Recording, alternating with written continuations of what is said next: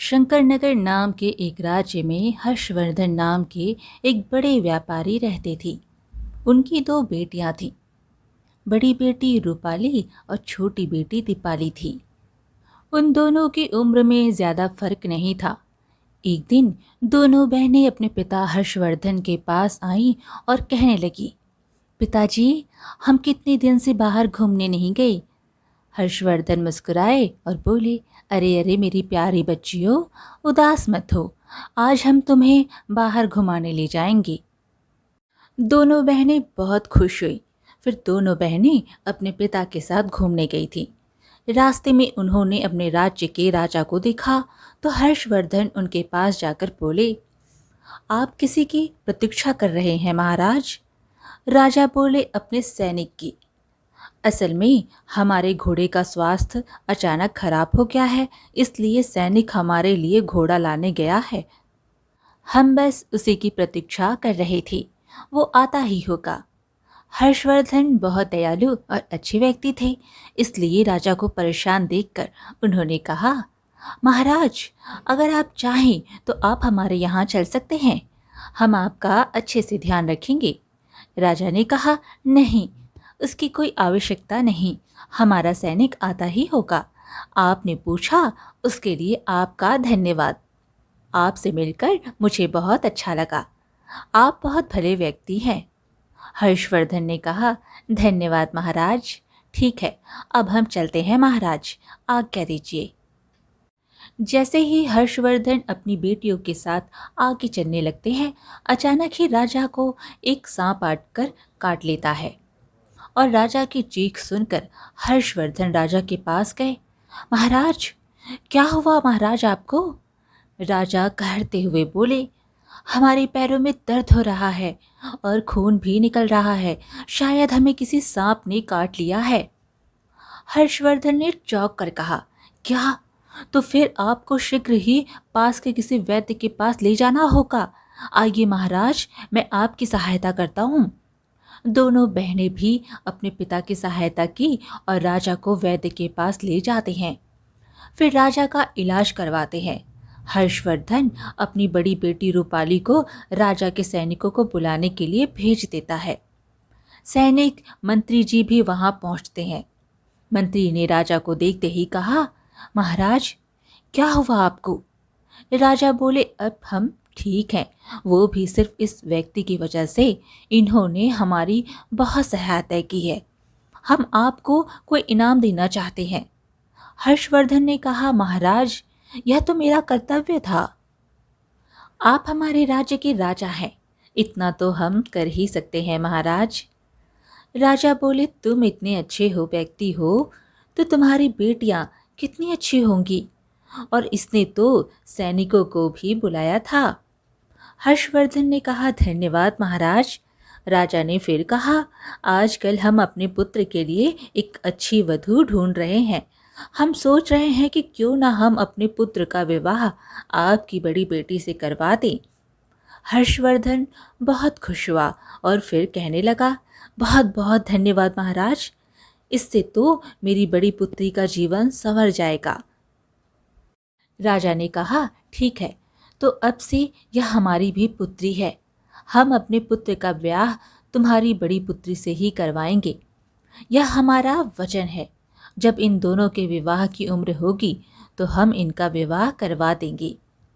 हर्षवर्धन ने हाथ जोड़ते हुए कहा, जी महाराज, जैसा आप ठीक समझें। फिर कुछ सालों बाद हर्षवर्धन को एक बीमारी हो जाती है। उस बीमारी से वो हर्षवर्धन की मौत हो जाती है। अब रूपाली और दीपाली दोनों बहनें अपनी माँ के साथ अकेली हो गईं। एक दिन तीनों माँ बेटी बैठे थे, तभी रूपाली ने कहा, माँ, अब हम क्या करेंगे? हम पिताजी के बिना कैसे रहेंगे? उसकी माँ सविता ने कहा, मेरी बच्चियों, संभालो खुद को। दीपाली रोती हुई बोली, माँ, मुझे पिताजी की याद आ रही है। तभी उसी समय अचानक ही राजा का सैनिक उनके घर आता है और उनसे कहता है, आपके लिए महाराज ने एक संदेश भेजा है। सविता ने चौंक कर कहा, क्या क्या संदेश है? सैनिक बोला, महाराज का आदेश है कि वो अपने पुत्र का विवाह आपकी बड़ी पुत्री से अभी करवाना चाहते हैं। सविता बोली, क्या? ये आप क्या कह रहे हो? अभी कुछ दिनों पहले ही तो मेरे पति की जान गई है। फिर सविता को याद आता है कि उसके पति हर्षवर्धन ने उसे इस बारे में बताया था। सैनिक ने कहा, और महाराज आपकी एक पुत्री की जिम्मेदारी लेना चाहते हैं। सविता थोड़ी खुश हुई, फिर बोली, चलो, कम से कम एक बेटी तो खुश होगी। तुम्हारा क्या कहना है बेटा रूपाली? रूपाली ने कहा, माँ, जैसा आप ठीक समझो। दूसरी ओर दीपाली ये सब देखकर अपने बारे में सोचकर दुखी हो रही थी कि उसका क्या होगा।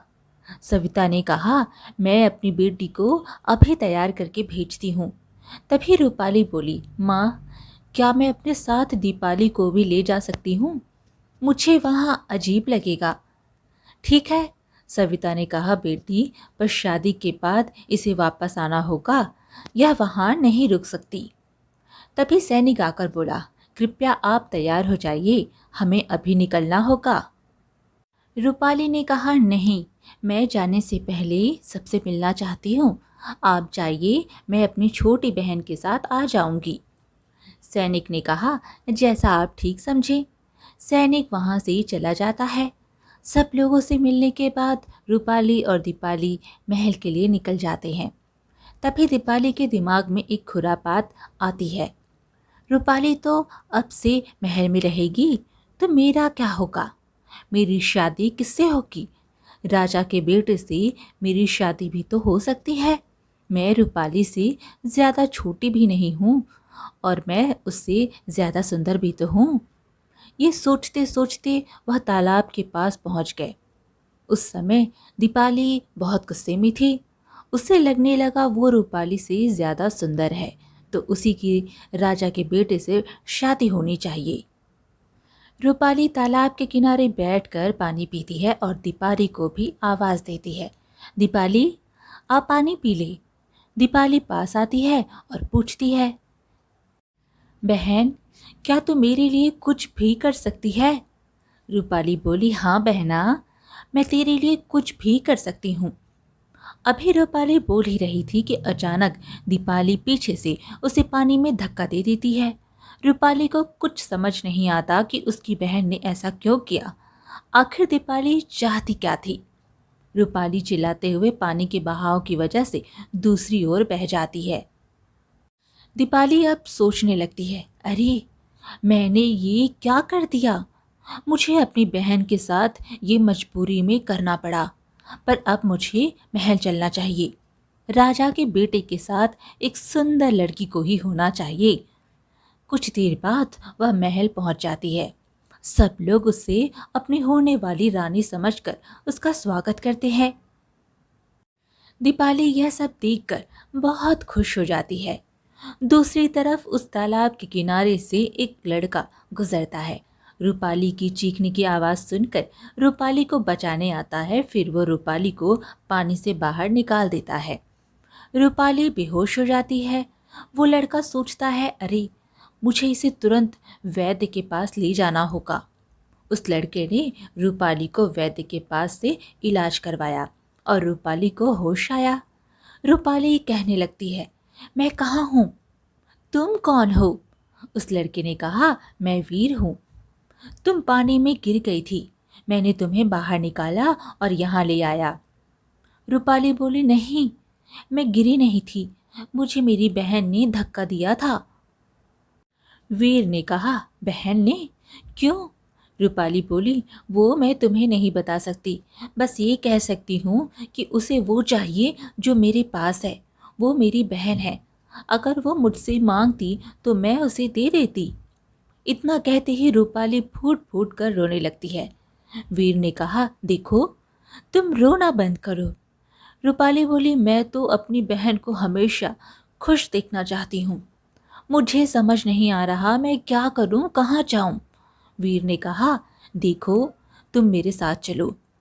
रूपाली मन ही मन सोचने लगी, मुझे इसी वक्त इसी के साथ चले जाना चाहिए।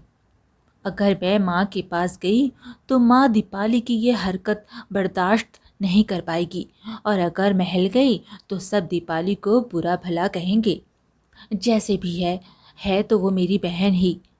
रूपाली अभी सोच ही रही थी कि तभी वीर ने कहा, तुम किस सोच में पड़ गई? रूपाली बोली, कुछ नहीं, अगर मैं तुम्हारे साथ चलूं तो तुम्हें परेशानी तो नहीं होगी? वीर ने कहा, अरे नहीं, मैं स्वयं कह रहा हूँ, मुझे कोई तकलीफ नहीं होगी, चलो। वैसे भी मुझे एक अच्छे मित्र की आवश्यकता थी, क्या तुम वो मित्र बनोगी? रूपाली बोली, हाँ। वो दोनों पूरे रास्ते बहुत बातें करते हैं। रूपाली वीर के साथ चली जाती है। जब वो उसके साथ उस जगह पर पहुंचती है जहां वीर उसे ले जा रहा था, तो वो हैरान हो जाती है। ये तो महल है, तुम यहाँ क्यों आए हो? वीर ने कहा, मैं यहाँ का राजकुमार हूँ, तो मैं यहीं आऊँगा ना। रूपाली आश्चर्य में पड़ जाती है, फिर बोलने लगती है, अगर तुम राजकुमार हो तो शायद तुम्हारी तो आज शादी है ना? वीर ने कहा, हाँ, लेकिन तुम्हें कैसे पता? पिताजी ने अभी इस बारे में बहुत कम लोगों को बताया है। रूपाली हिचकिचाती है, फिर बोलती है, हाँ, वो मैंने। तभी वीर ने कहा, अरे चलो छोड़ो, अब अंदर चलो। रूपाली बोली, राजकुमार, मैं अंदर कैसे आ सकती हूँ? वीर ने कहा, अरे अब हम मित्र हैं, तो तुम बिना किसी चिंता के यहाँ आ सकती हो और जितने दिन चाहो यहाँ रुक सकती हो। अगर कोई पूछे तो कहना कि तुम मेरी मित्र हो। वीर रूपाली के मना करने पर भी उसे जबरदस्ती महल में ले जाता है और सबसे कहता है कि रूपाली उसकी दोस्त है। तभी रूपाली को सामने दीपाली दिखाई दी। उसने दीपाली से बोला, तुम? वीर ने कहा, तुम जानती हो इसे? रूपाली ने कहा, नहीं, मैं नहीं जानती। रूपाली के मुंह से ये सुनकर दीपाली बोली, अरे ये ऐसे क्यों बोल रही है? तभी वीर ने कहा, तुम दोनों बातें करो, मैं अभी आता हूँ। रूपाली अकेले में दीपाली से बोली, दीपाली, तुमने ऐसा क्यों किया? तू एक बार कहती तो सही, मैं खुद ही शादी से मना कर देती। दीपाली बोली, सच में? मैं जानती हूँ तू यह बात ऐसे ही बोलने के लिए कह रही है। तभी अचानक से वीर और राजा आ जाते हैं। राजा ने रूपाली को देखा तो पूछा, क्या बातें हो रही हैं? मैं दीपाली से तो मिल लिया हूँ, लेकिन ये लड़की कौन है पुत्र? वीर ने कहा, पिताजी, ये मेरी मित्र है। राजा बोले, अच्छा, तो इसे विवाह के बाद ही भेजना। ठीक है पिताजी। राजा ने फिर दीपाली से पूछा, दीपाली बेटी, तुम्हारी माँ कैसी है? दीपाली ने कहा, महाराज, वो ठीक है। राजा ने फिर पूछा, और तुम्हारी छोटी बहन? छोटी बहन? तुम्हारी छोटी बहन, शायद उसका नाम क्या था, मैं भूल गया। तभी दीपाली ने कहा, हाँ, वो माँ के साथ ही है और वो भी ठीक है। राजा ने कहा, ठीक है, कुछ के समय के बाद तुम्हारा और वीर का विवाह होगा, अब जाओ, जाकर तैयार हो जाओ। दीपाली बोली, ठीक है। राजा और दीपाली वहाँ से चले जाते हैं। वीर थोड़ा उदास हो जाता है। तभी रूपाली उससे पूछती है, आप इतना उदास क्यों हैं? क्या हुआ? आप खुश नहीं हैं? वीर ने कहा, पता नहीं क्यों, पर मुझे दीपाली से विवाह नहीं करना है। रूपाली चौंक कर बोली, क्या? क्यों? वीर ने कहा, क्योंकि मुझे उसके बारे में कुछ भी ज्ञात नहीं है। रूपाली बोली, वो बहुत अच्छी है। वीर ने पूछा, लेकिन तुम्हें कैसे पता? रूपाली बोली, मुझे ऐसे लगता है। कुछ देर शांत होने के बाद वीर ने कहा, पिताजी को आज ही मेरा विवाह करवाना है, तो क्या तुम मुझसे विवाह करोगी? रूपाली हैरान हो जाती है, क्या? वीर बोला, हाँ, देखो, मैं तुम्हें दीपाली से अधिक जानता हूँ। सच कहूँ तो मैं तुम्हें पसंद भी करता हूँ। रूपाली मन में सोचने लगती है, जब मुझे नहीं पता था कि तुम राजकुमार हो, तब से तुम मुझे पसंद हो, लेकिन अब तुम्हारी शादी मेरी बहन से हो रही है। तभी वीर ने कहा, अरे तुम कहाँ खो गई? रूपाली ने कहा, तुम ये क्या कह रहे हो? मैं तुम्हें अपना दोस्त मानती हूँ, बस।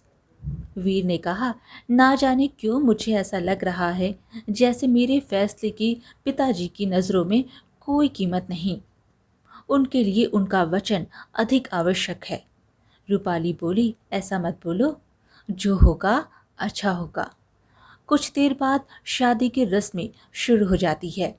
वीर और रूपाली की उदासी साफ पता चल रही थी, पर दीपाली को ऐसा लग रहा था कि वो जीत गई, लेकिन उसका घमंड टूटने वाला था, क्योंकि राजा कुछ ऐसा कहने वाले थे जिससे सब बदल जाता। राजा कहते हैं, विवाह से पूर्व दीपाली बेटी से एक गीत सुनना चाहते हैं। वीर ने दीपाली से पूछा, क्या तुम्हें गीत आती है? तभी राजा बोले, हाँ, यह बात हमें इनके पिता ने बताई थी जब हम उनसे वर्षों पहले मिले थे। मेरी बड़ी पुत्री बहुत अच्छा गीत गाती है, इसकी आवाज़ बहुत मधुर है। अच्छा, ये तो बहुत अच्छी बात है, तो हम चाहते हैं कि तुम पहले एक गीत गाओ। तभी दीपाली बोलने लगी, मैं वो। राजा बोले, क्या हुआ पुत्री, गाओ। बहुत देर बीत जाने पर भी दीपाली नहीं गा पाती। दीपाली के हाथ पैर सुन्न पड़ गए थे। तब राजा बोले, हमें लगा ही था कि कुछ तो गड़बड़ है। दीपाली, अगर तुमने अब सच नहीं बताया तो हम तुम्हें कारागार में भेज देंगे। दीपाली बोली, नहीं, मुझे जेल नहीं जाना।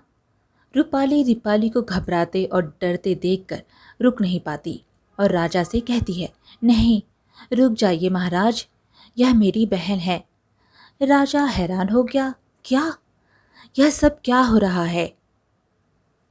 रूपाली बोली, महाराज, यह मेरी बहन है। यह सब इसने अनजाने में कर दिया है। इसे अपने सौंदर्य पर घमंड था, इसलिए इसने ऐसा किया। राजा बोले, हमसे झूठ बोला, बताओ हमें कि कौन हो तुम? मैं ही दीपाली की बड़ी बहन हूँ। तभी दीपाली रोते हुए बोली, दीदी, मुझे माफ़ कर दो, मैंने ये सब क्या कर दिया, मुझे माफ़ कर दो। तभी पीछे से सविता आई और बोली, मैंने सारी बातें सुन ली।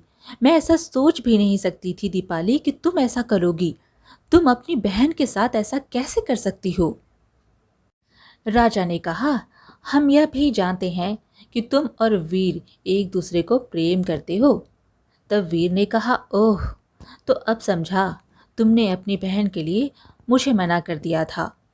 यह बात मुझे अब समझ में आई। तब दीपाली बोली, दीदी, तुमने ये मेरे लिए किया?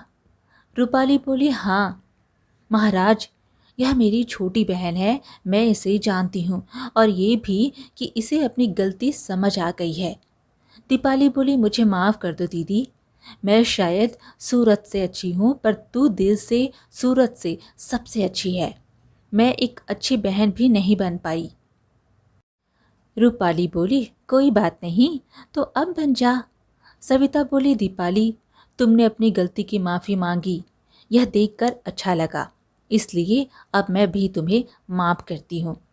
तभी राजा ने कहा, चलो अब बच्चों का विवाह करवाया जाए। सविता बोली, जी, जैसा आप चाहें। रूपाली, जाओ, तैयार हो जाओ। दीपाली ने खुशी से कहा, दीदी, मैं तुम्हें तैयार कर देती हूँ। उसके बाद वीर और रूपाली की शादी होती है।